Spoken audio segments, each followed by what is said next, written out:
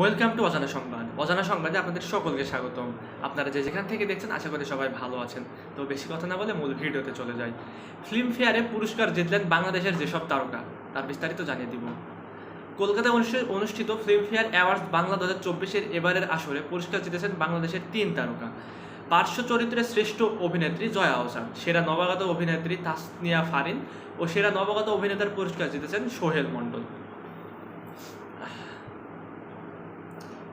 শুক্রবার 29 মার্চ কলকাতার বিলাসবহুল আইটিসি রয়্যাল বেঙ্গলে বসেছিল এবারের ফিল্মফেয়ারের অ্যাওয়ার্ডস বাংলা 2024 এর আসর, যেখানে 2023 সালে টলিউডে মুক্তি পাওয়া সিনেমাগুলোর মধ্যে থেকে সেরাদের বেছে নেওয়া হয়। এবারের আসরে 2টি ক্যাটাগরিতে মনোনয়ন পেয়েছিলেন জয়া আহসান। এর মধ্যে কৌশিক গাঙ্গুলির অর্ধাঙ্গিনী সিনেমায় অনবদ্য অভিনয়ের কারণে পার্শ্ব চরিত্রে শ্রেষ্ঠ অভিনেত্রী নির্বাচিত হয়েছেন জয়া।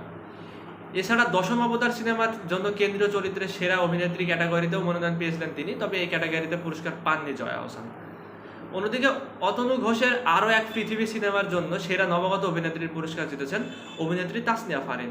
এছাড়াও জঞ্জাল সিনেমার জন্য সেরা নবাগত অভিনেতাও হয়েছেন সোহেল মণ্ডল। তাসনিয়া ফারিন ও সোহেল মণ্ডলের জন্য এটাই প্রথম ফিল্মফেয়ার পুরস্কার। এই 3 জন বাদেও এবারের আসরে আরও 2 জন বাংলাদেশি তারকা ফিল্মফেয়ার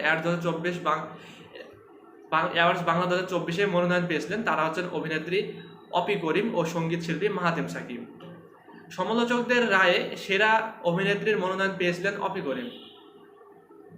অন্যদিকে চিনি 2 সিনেমায় গাওয়া তুমি জানতে পারো না গানের জন্য মনোনয়ন পেয়েছিলেন মাহাতেম সাকিব। তো আজকের ভিডিওটি এই পর্যন্তই। পরবর্তী ভিডিও না আসা পর্যন্ত অজানা সংবাদের সঙ্গেই থাকুন। ভালো থাকুন, সুস্থ থাকুন, টেক কেয়ার, আল্লাহ হাফেজ।